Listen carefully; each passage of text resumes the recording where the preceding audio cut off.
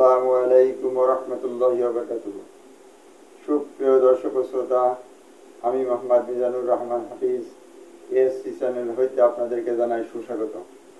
আজ আমি আপনাদেরকে জানাবো বিশ্বাসঘাতকতা চিনার উপায়। আপনার কোনো একজন প্রিয় ভাজন বা প্রিয়তম অথবা ঘনিষ্ঠ বন্ধু কিংবা নিকটতম আত্মীয় স্বজন আপনার সাথে বিশ্বাসঘাতকতা করলো। বহুদিন পর তিনি আপনার নিকট এসে ক্ষমা চাইল। আপনি কি তাকে আগের মতোই বিশ্বাস করবেন? অবশ্যই বিশ্বাস করা উচিত হবে না। যে লোক আপনার বিরুদ্ধে ষড়যন্ত্র করেছে বা বিশ্বাসঘাতকতা করেছে, ভঙ্গ করেছে আপনার আস্থা, তাকে আপনি আর কখনোই আশ্রয় প্রশ্রয় দিবেন না। যদি আশ্রয় দেন তবে দ্বিতীয়বার আবার আক্রান্ত হওয়ার সুযোগ থাকে। দ্বিতীয়বার আপনি আরো বড় আকারের বিশ্বাসঘাতকতার কবলে পড়তে পারেন। সেজন্যই জ্ঞানীরা বলেছেন, কয়লা ধুলে ময়লা যায় না, স্বভাব কখনো বদলায় না। তদ্রূপ খারাপ মানুষ ভালো হয় না, শুধু তারা বাজুরিকা পাখির মতো রং বা বেশ বদলায়। আর মানুষেরা পোশাক পরিবর্তন করে থাকে, এছাড়া আর কিছুই নয়। জীবনে মানুষকে চেনা অত্যন্ত গুরুত্বপূর্ণ। বর্তমান যুগে আপনি যদি মানুষ না চিনতে পারেন তাহলে পদে পদে ক্ষতিগ্রস্ত হবেন।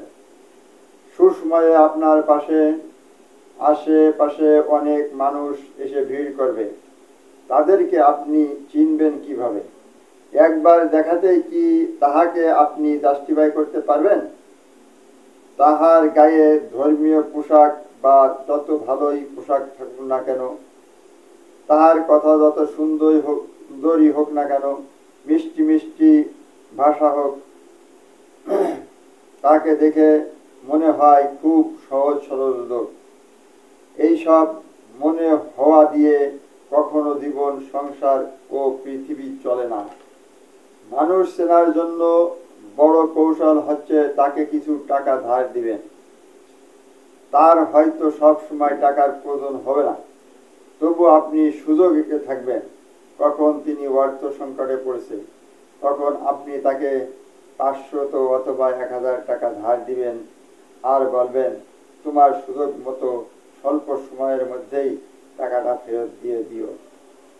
এবার দেখুন ওই ব্যক্তি টাকাগুলি আর ফেরত দেয় কিনা। যদি না ফেরত দেয় তাহলে বুঝবেন এই লোকটি অসৎপ্রবণ বা প্রতারক শ্রেণীর লোক। এই সব লোক থেকে দূরে থাকুন আর প্রতিনিয়ত কাজের মধ্য দিয়ে মানুষকে কষ্টি পাথরের মতো যাচাই করুন। কষ্টি পাথরের মতো যাচাই বাছাই করে তার সাথে সম্পর্ক করুন। প্রশংসা করুন বা অন্যের কাছে তাহার ইতিবাচক দিকগুলো তুলে ধরুন।